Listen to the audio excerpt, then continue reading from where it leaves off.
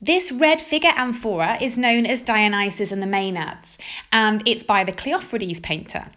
Now, whilst we have seen a Dionysus and the Maenads scene before, the black figure one by the Dionysus painter, this is going to be altogether a more active version, and we're going to see individuals actively participating in the worship of Dionysus in this particular scene. As you can see, the narrative has taken over the entire belly of the vase. There is only minimal pattern and it serves to frame the narrative. So if you look just below Dionysus's feet, we've got that famous meander pattern.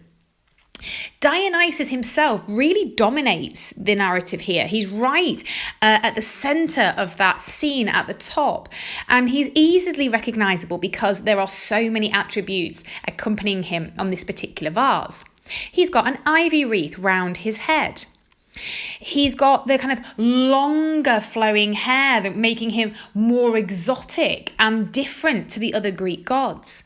Round his neck is a tiger skin, often reminding us of those stories that Dionysus brought the vine from India to Greece. In his hand, he's got a two-handled drinking cup known as a cantharos. And either side of him are his Maenads, his female worshippers. And in their hands, you can see they are holding a thyrsus, which is the staff with an ornament at the top, usually a pine cone. And we often see Dionysus himself carrying one of these in art as well. On the other side of the vase, a satyr, half man, half goat. These are often with Dionysus, party-loving creatures, and they really reflect the fact that with his links to nature and non-human creatures, that he is more exotic and more of an outsider than the other Greek gods. On top of that, you can see obviously that there are also various animals positioned around the scene. Again, very exotic feel to this vase. The Maenad on the left-hand side of Dionysus has a snake wrapped round her hand. And just a reminder that snakes have an interesting kind of connotation as well in the ancient world. Obviously, with Greek religion, we see their links to medicine, but snakes also are fairly chthonic. They can move, can't they, between the ground below and the world above. And Dionysus, in the early kind of phase of his being, is associated with death and rebirth and Orphic rituals, as opposed to that later party-loving hippie Dionysus that we see in the Hellenistic period.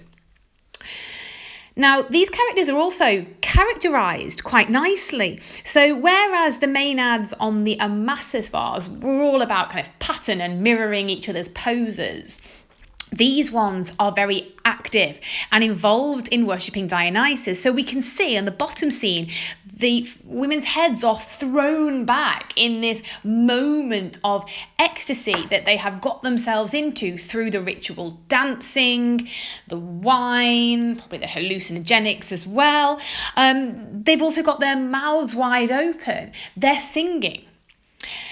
On top of that as well, we've got some differentiation in how they look. So whilst the Maenads in the top image have the dark hair, you can see the use of a lighter coloured slip in the Maenads' hair on the left in the bottom scene, so distinguishing her with different coloured hair. We've also got some typical ways of using the red figure technique to its best effect in this vase. So if you look to Dionysus, for example, and look very closely, under all that beautifully decorated drapery, you can actually see his leg through what he's wearing, just as we saw on the Dionysus scene when he was feasting in the presence of Athena. So, they're putting all of those techniques with the red figure to good effect. And as I said, this scene really is all about revelry and fun and action, and it would be a good one to consider against the previous Dionysus scenes that we've had a look at together so far.